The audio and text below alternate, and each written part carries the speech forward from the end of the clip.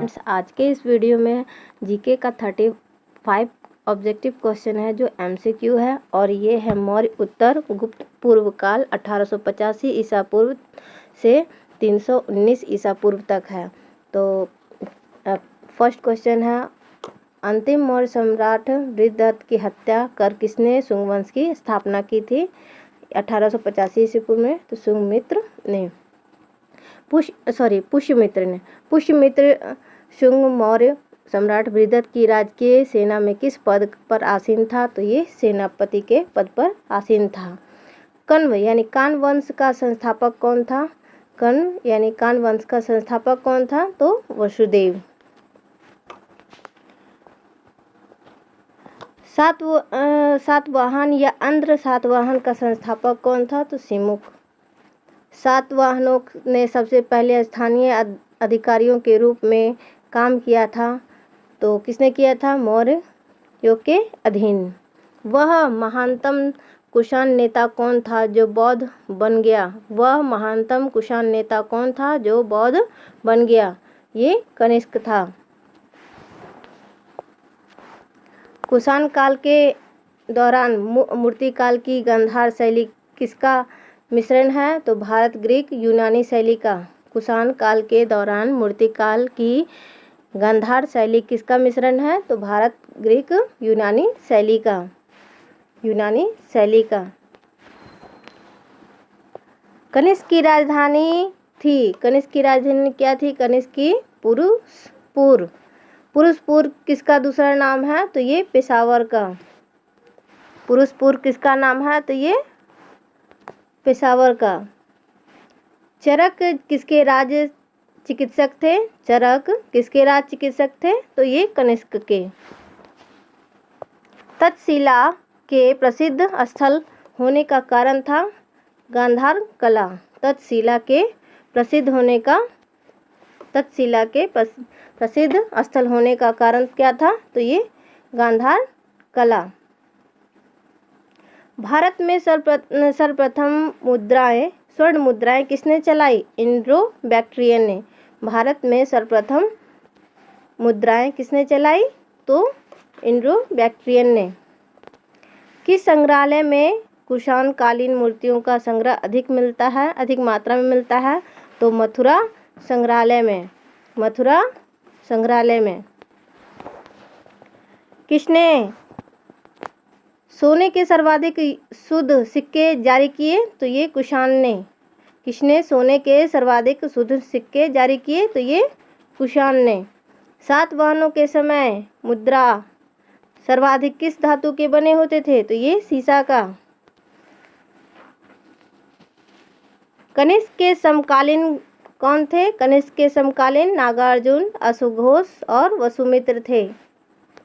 किस वंश के शासक ने ब्राह्मणों और बौद्ध भिक्षुओं का कर मुक्त भूमि या गांव भूमि अनुदान देने का प्रारंभ किया था? तो ये सातवाहन ने भूमिदान देने का प्रारंभ किया था। भारतीय रंगमंच में यवनिका यानी पर्दा का शुभारंभ किसने किया था? यूनानियों ने। किसने किया था? तो यूनानियों ने। भारतीयों के महान रेशम मार्ग स्किल यानी रूट किसने आरंभ किया? तो ये कनिष्क ने। किसने बड़े पैमाने पर स्वर्ण मुद्रा यानी सोने की मुहर चलाई? तो कुषाण शासकों ने। किसने बड़े पैमाने पर स्वर्ण मुद्राएं चलाई? तो ये कुषाण शासकों ने। चरक और नागार्जुन किसके दरबार की सौभाग्य थे? तो ये कनिष्क के। शक संवत का प्रारंभ किस सम्राट के शासन काल में 78 ईसा पूर्व से हुआ था? तो ये कनिष्क से हुआ था। तक्षशिला विश्वविद्यालय कहाँ स्थित है? तो तक्षशिला विश्वविद्यालय जो है पाकिस्तान में स्थित है। प्राचीन काल में कलिंग का महान शासक कौन था? तो ये खारवेल था। प्राचीन काल में कलिंग का महान शासक कौन था? तो ये खारवेल था। कुषाण काल में सबसे अधिक विकास किस क्षेत्र का हुआ? कुषाण काल में सबसे अधिक विकास क्षेत्र किस में हुआ? तो ये वास्तुकला में हुआ था। सातवाहनों ने आरंभिक दिनों में अपना शासन कहाँ शुरू किया? तो ये आंध्र प्रदेश में। सातवाहन की राजधानी कहाँ है? सातवाहन की राजधानी कहाँ है? तो ये पैठन, जो प्रतिष्ठान कहलाता है। कौन सा अभिलेख कलिंग नरेश खारवेल से संबंधित है? कौन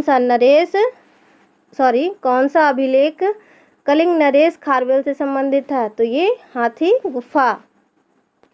किस सतवाहन नरेश ने गथा सप्तशती नामक महत्वपूर्ण कृति की रचना की?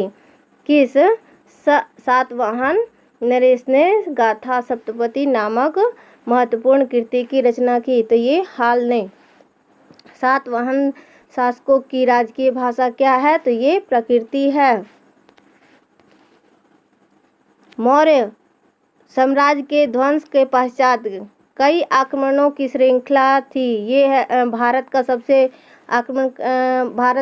पर सबसे पहले आक्रमण किसने किया?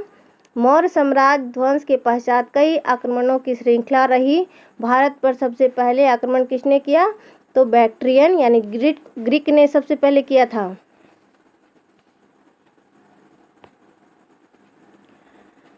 विक्रम संवत कब से आरंभ हुआ? तो ये 58 ईसा पूर्व से स्टार्ट हुआ, यानी प्रारंभ हुआ। विक्रम संवत कब से प्रारंभ हुआ? तो 58 ईसा पूर्व से प्रारंभ हुआ।